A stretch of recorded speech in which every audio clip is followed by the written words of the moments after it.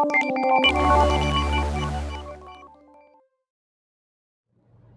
Bapak Ibu serta rekan-rekan sekalian, selamat siang, apa kabar?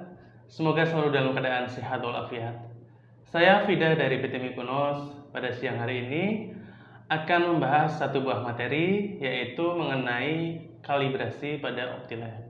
Nah, kalibrasi sendiri bertujuan untuk menyamakan hasil pengamatan atau pengukuran menggunakan kamera OptiLab sehingga hasilnya bisa dipertanggungjawabkan. Nah, kalibrasi OptiLab ini merupakan salah satu fitur dari Image Raster.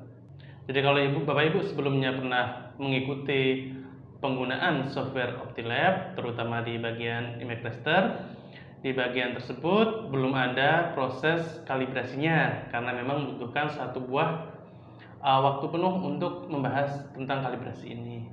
Nah, jadi kalau Bapak Ibu belum melihat video mengenai video Image Raster, silahkan Ibu tonton dulu, kemudian Bapak Ibu bisa lanjut ke video ini.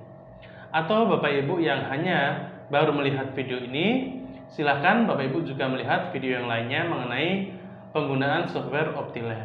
Nah, jadi nanti lengkap informasi yang Bapak Ibu terima.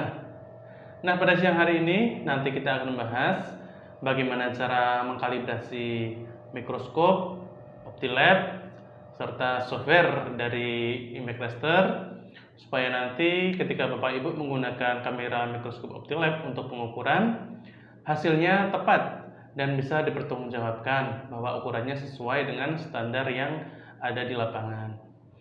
Baik, untuk lebih lengkapnya, mari kita simak video berikut ini. Selamat menyaksikan. Baik, Bapak Ibu serta rekan-rekan sekalian, untuk kalibrasi OptiLab, kita membutuhkan alat dan bahan yang perlu dipersiapkan. Untuk alatnya sendiri, kita membutuhkan mikroskop dan OptiLab. Kemudian untuk bahan yang dipakai, kita menggunakan mikrometer objektif dengan perbandingan perbesaran 1 div sama dengan 0,01 mm. Baik, langkah selanjutnya kita langsung saja mengambil gambar dari mikrometer objektif dengan menggunakan OptiLab Viewer. Caranya kita klik 2 kali. Nah, setelah itu kita posisikan mikrometer objektif ini di bagian tengah dan posisi yang tegak lurus untuk memudahkan pada saat nanti kita melakukan proses kalibrasi. Apabila posisi sudah lurus, tegak lurus, kemudian sudah fokus, kita bisa ambil gambarnya. Kita simpan. Di sini saya akan membuat folder sendiri di desktop. Saya namai kalibrasi untuk memudahkan proses kalibrasi nanti. Nah, setelah itu saya beri keterangan nama filenya 4 kali karena ini adalah gambar kalibrasi dengan perbesaran 4 kali. Selanjutnya, setelah kita menyimpan perbesaran objektif 4 kali, kita akan melakukan perbesaran selanjutnya yaitu perbesaran 10 kali. Nah, di sini sudah fokus dan sudah tegak lurus. Jadi kita bisa langsung capture atau kita ambil gambarnya.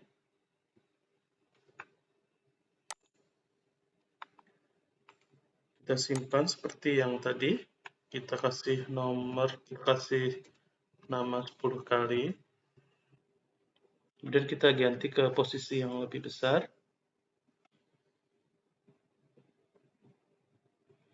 Kemudian kita bisa geser posisinya ke bagian garis-garis vertikal supaya mempermudah untuk proses kalibrasinya.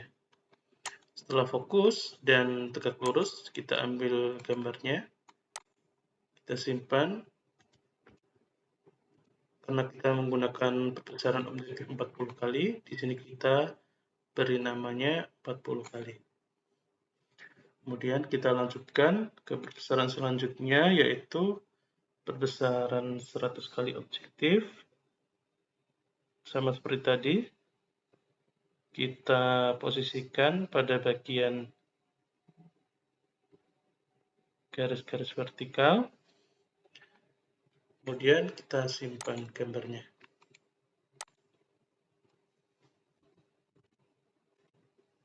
Nah, setelah selesai disimpan, kita bisa menutup jendela Optera Viewer dan beralih ke Image Raster. Nah, selanjutnya kita buka aplikasi Image Raster. Nah, di sini belum ada, masih kosong. Untuk menu-menunya juga belum bisa kita gunakan. Kita masukkan gambar untuk diolah. Kita gunakan file kalibrasi tadi.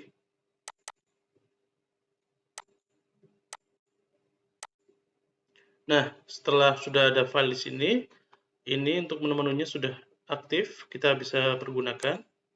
Nah, karena kita akan mengkalibrasi, jadi di sini kita pilih menu untuk calibrate. Kita klik di sini. Nah, nanti akan muncul jendela profil seperti ini. Nah, kita akan mulai kalibrasi dari perbesaran yang paling kecil, yaitu 4 kali. Caranya adalah kita klik di bagian ini, kemudian klik calibrate. Nah, di sini kita bisa memilih gambar yang sudah ada sebelumnya, atau kita memilih gambar yang lain. Karena gambar yang sudah ada adalah perbesaran lensa objektif 4 kali, jadi saya menggunakan gambar tersebut. Apabila gambar yang sebelumnya di sini bukan gambar perbesaran 4 kali, kita bisa menggunakan gambar yang lain.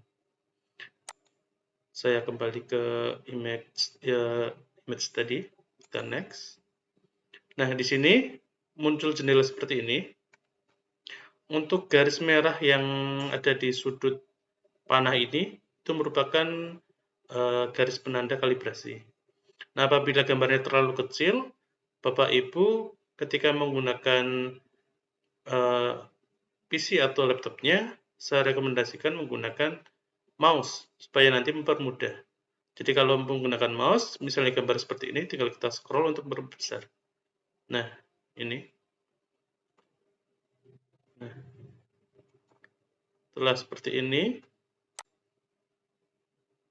kita akan mempermudah proses kalibrasi.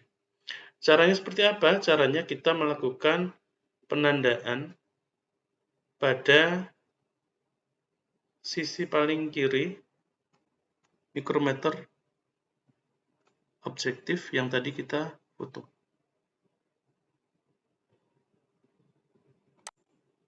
Kemudian kita bergeser.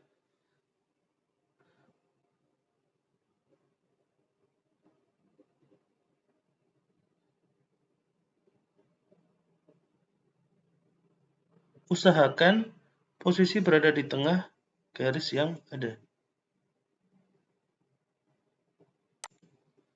Nah, setelah itu diklik. Nah, ini berarti sudah terkunci. Setelah itu, kita memasukkan jarak dari titik A sampai titik B. Nah, karena tadi kita menggunakan perbandingan 1 div sama dengan 0,01 mm, maka itu artinya jarak antar satu titik, antar satu garis ini sampai garis ini, itu nilainya 10 mikron. Nah, dari yang panjang ini sampai yang panjang, itu 100 mikron. Sehingga kalau ditotal semuanya, dari titik A sampai titik B, itu 100, 200, 300, 400, 500, 600, 700, 800, 900, 1000. Itu ada 1000 mikron. Jadi tinggal kita tulis di sini 1000. Setelah itu kita pastikan satuannya mikron bukan milimeter. Setelah itu kita tinggal klik next. Finish calibration. Kita tidak perlu mengkalibrasi yang aksis Y atau vertikal. Untuk yang ini saja sudah cukup. Jadi kita klik finish calibration. Kita next. Selesai. I'm done. Save the result of the session. Finish. Nah, untuk kalibrasi perbesaran 4 kali sudah selesai. Kita lanjut ke perbesaran yang selanjutnya, yaitu 10 kali. Caranya sama seperti tadi. Kita klik dulu profil 10 kali, kemudian kita calibrate. Nah, karena tadi kita menggunakan 4 kali, kita akan menggunakan gambar yang lain, yaitu 10 kali sesuai perbesaran di sini. Saya gunakan gambar yang lain. Tab browse, saya gunakan gambar ini. Nah, setelah muncul gambarnya, kita lakukan langkah seperti yang pada perbesaran 4 kali tadi. Kita klik di bagian paling ujung sini, pada garis vertikal. Kemudian kita geser ke bagian yang paling kanan. Saya akan mengukur hanya sampai sini saja. Tidak ada batasan harus paling ujung atau sampai mana. Hanya semakin detail kita menentukan titiknya, itu akan semakin akurat. Nah, di sini sudah saya kunci. Tinggal saya hitung berapa jarak antara titik A sampai titik B. Sama seperti tadi, dari garis panjang sampai garis panjang ini nilainya 100. Jadi kita tinggal hitung 100, 200, 300, 400, 500, 600, 700, 800, 900. Jadi saya tinggal masukkan di sini 900, satuannya mikron, next, finish, next, finish. Selesai. Kemudian perbesaran selanjutnya adalah 40 kali. Kita klik, calibrate. Kita gunakan gambar yang lain, yaitu perbesaran 40 kali. Di sini kita tadi sudah menyiapkan. Kita klik, kita buka. Nah, di sini sudah ada gambar.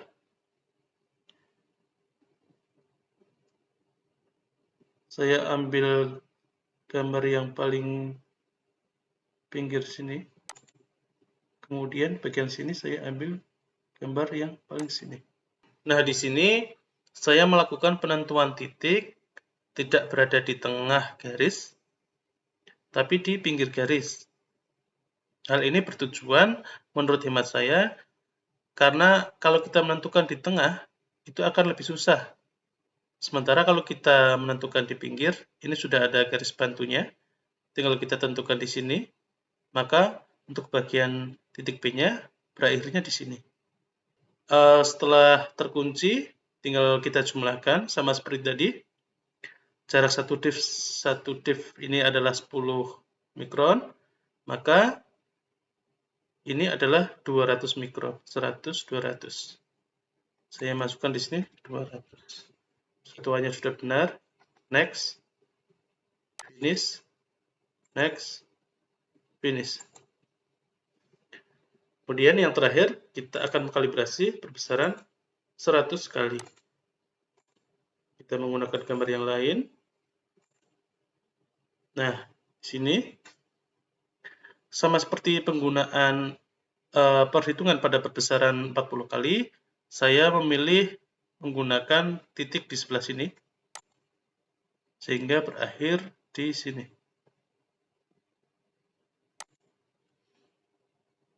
Saya hitung, satu divnya adalah 10, jadi ini 10, 20, 30, 40, 50, 60, 70, 80. Sini saya masukkan 80 mikron.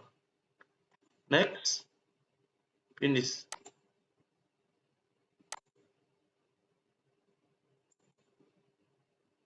Selesai. Nah, kalibrasi untuk mikroskop yang pertama sudah selesai. Di sini kita bisa melakukan pengecekan hasil yang sudah kita kalibrasi sesuai atau belum. Nah, tadi gambar ini adalah gambar yang diambil dengan perbesaran 4 kali lensa objektif. Kemudian yang digunakan adalah mikrometer objektif dengan perbandingan 1 div sama dengan 0,01 mm. Artinya dari garis A sampai dari titik A sampai titik B adalah 1000 mikron. Nah, kita akan coba apakah benar nilainya 1000 mikron atau tidak. Nah, kita tadi melakukan foto ini 4 kali, maka pada bagian profil kita juga harus diganti 4 kali. Dan kita coba pakai ini, penggaris measure. Kita klik di bagian sini.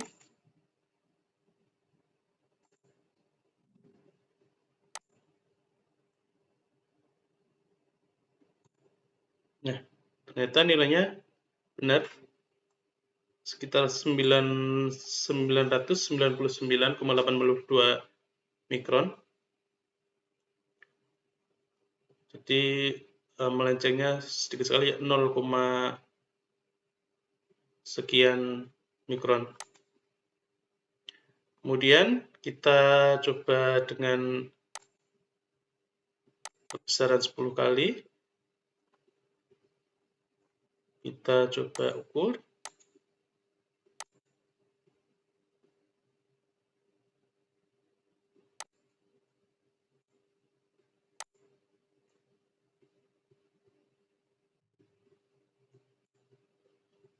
Ini 1, 2, 3, 4, 5, 6, 7, 8, 9, sekitar 9. Nah, ini sekitar 900 mikron juga. Ini kalau titiknya saya tadi sesuai. Nah, ini 9 pas, 900 mikron. Jadi sudah benar terkalibrasi. Kemudian untuk 40 kalinya juga kita coba. Kita cek. Profilnya kita ganti 40 kali. Kemudian kita ukur.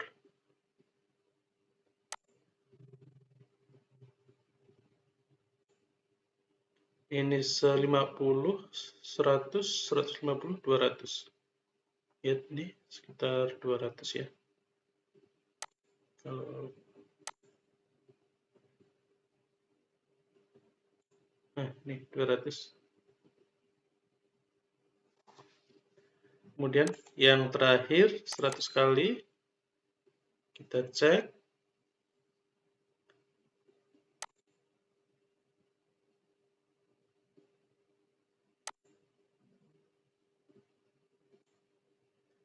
Sepuluh, 20, 30, 40, 50, 60, 70, 80. Nah, ini di sini kenapa tidak 80? Harusnya 80 karena saya belum mengaktifkan profilnya. Ketika profil tidak sesuai dengan perbesaran yang diambil, maka nilainya akan berbeda. Ini profilnya, karena kita pakai 100 kali, harusnya ini juga 100 kali. Nah, ini ketika profilnya diubah menjadi 100 kali, nilainya menjadi 80. 1, 2, 3, 4, 5, 6, 7, 8, 80. Jadi mikroskop dan OptiLab ini sudah terkalibrasi.